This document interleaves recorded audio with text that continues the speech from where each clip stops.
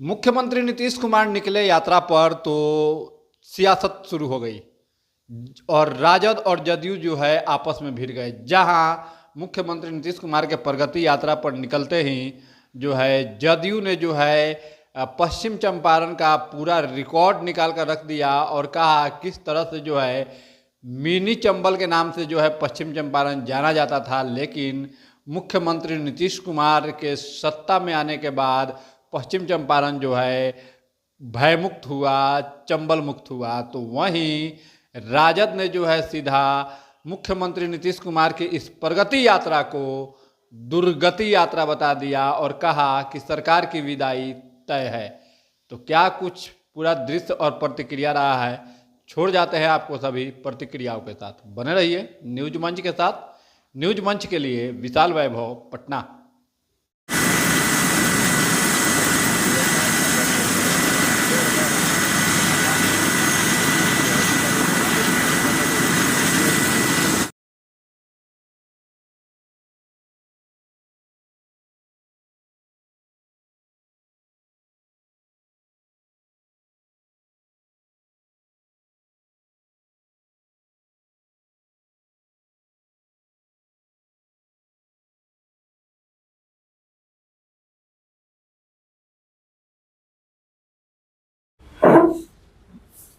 राष्ट्रपिता महात्मा गांधी का चंपारण माननीय नीतीश कुमार जी को स्वागत को बेताब।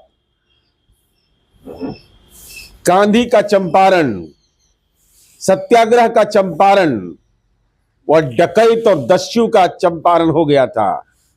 तेजस्वी यादव के मां पिता के शासनकाल में छोटा चंबल 1093 फिरौती के लिए अपहरण, जंगल राज का चंपारण था। 5 बजे के बाद सुनसान गांव और शहर रहता था। आज माननीय नीतीश कुमार जी की प्रगति यात्रा में वह मानक स्थापित होगा कि थारू जनजाति को जनजाति का दर्जा दिया और स्वाभिमान बटालियन बेटियों का बनाया। अब बेटियां थारू जनजाति का देश में उदाहरण है। जंगल का भी संरक्षण करती है, नागरिकों का भी संरक्षण करती है और बेटियों की ये आत्मबल देश के अंदर उदाहरण है कि अनुसूचित जनजाति की बेटी भी नई लकीर स्वाभिमान का खींच सकती है। उनके हाथ में AK-47 और इंसास जैसे हथियार हैं, वह नागरिकों का संरक्षण दे रही है।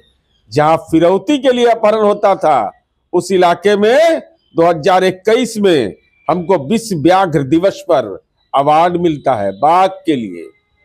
हमारा 2014 से 18 तक भारत सरकार द्वारा RBS अर्थ हीरो अवार्ड मिलता है। वाल्मीकि नगर इको पार्क बनता है, वाल्मीकि नगर व्याघ्र आरक्ष बनता है, इको टूरिज्म का विकास होता है। जहां अपराध का टूरिज्म बनाने की कोशिश हो रही थी, वहां आज इको टूरिज्म।